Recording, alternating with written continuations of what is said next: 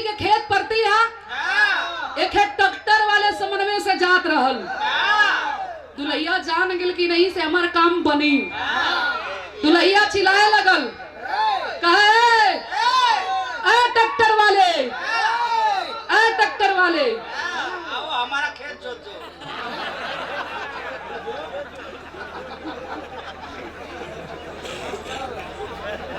भैया तुम मत बोला,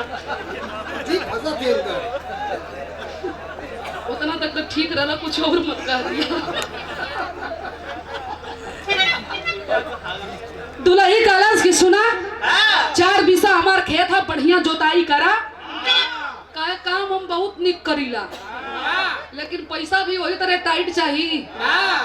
कहे काम बढ़िया करा, पैसा के एकदम टेंशन मत ला। गईल बेचारा 4 फेरा घुमा के आके ट्रैक्टर खड़ा कर देलस। कपारे हाथ धैले है कि एक तरफ दुल्ही के ताके, एक तरफ ओकर खेत की ओर ताके। कहे पैसा दा। दुल्हिया कहे कैसर पैसा? अरे तू हमार खेत जोतले हुआ, ऊपर से खजुआ के छोड़ देला, पैसा मांगत हुआ। अरे हाँ, मतलब पूरा बढ़िया से ना जोतले रहो। नवरा भिड़ा के चाहत रहा। तू मत बोला। कहे कि पैसा हमार दा, कहे 1 रुपया ना मिली, बढ़िया काम नहीं खा कैले। कहे रे हमारे दोस्त देत हूँ, अपन खेतवा ना देखत हूँ। मैं राड़ी लागल है, ओमे इतना घास है कि यहाँ हमारे ट्रैक्टर के इंजन गरम हो गई। कहे तुम्हारे ट्रैक्टर के इंजन हम थोड़े देर में तोहे गरम कर दे। तब दुल्हिया कहलस, कहाँ कहलस? मीठा मीठा बोल के तू मुझको फसाया, मीठा मीठा बोल के तू मुझको फसाया।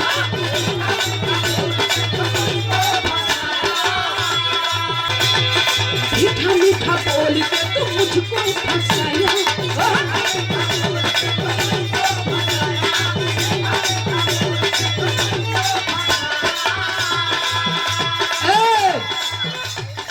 हार नहीं अंदर से तन को धसाया।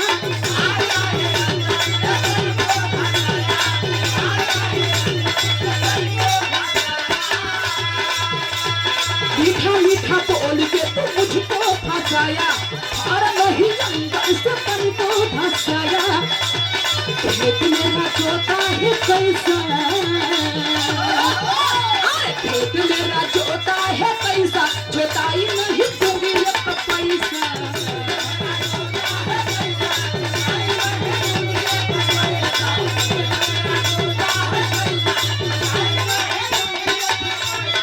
बड़ी बड़ी गीत बा आजकल लॉकडाउन में आदमी घरे 8 महीना रहल हुन, 7-8 महीना। वो पार्टी में खेराम केवल पहलवान हुन। एक दिन इनका मेहरारू फोन करके बड़ा दुखित होके हमसे बतियौली। कहती कि बहनी ये बतावा कि बिरहवा कहिया से शुरू होई? हम कनी भइल का? करे मत पूछा, ये मोछू एकदम उबिया के रख देला। अब सब कर छोड़ा, हारमोनियम मास्टर बहुत फायदा में है, बहुत बहादुरी के काम कैले है।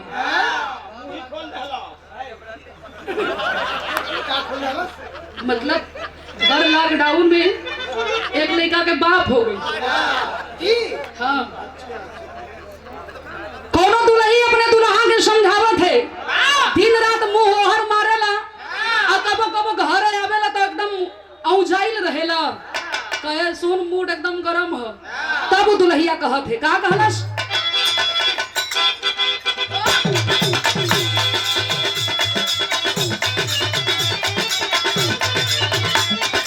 दुल्हिया कहाँ थे कि काले से तो हर मूड हम जानत रही, जहाँ रतिया गई रहला वहीं जा। कहत है का? साझी के नाच देखे गईया बारात में,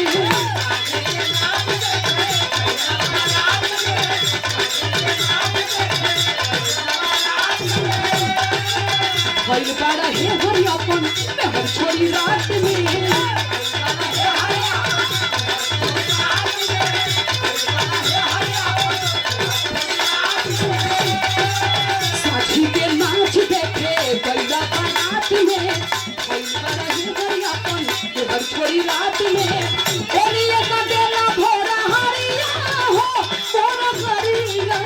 ओलिए कदेला भोर हरिया हो कादोनी देख के तू वही रहता कैला कादोनी देख मीठा मीठा बोल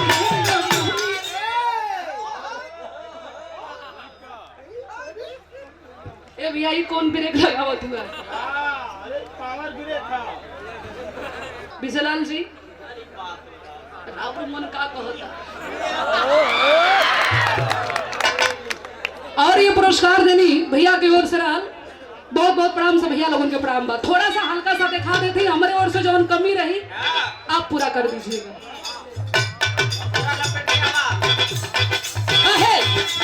साझी के नाच देखे बैदा बारात में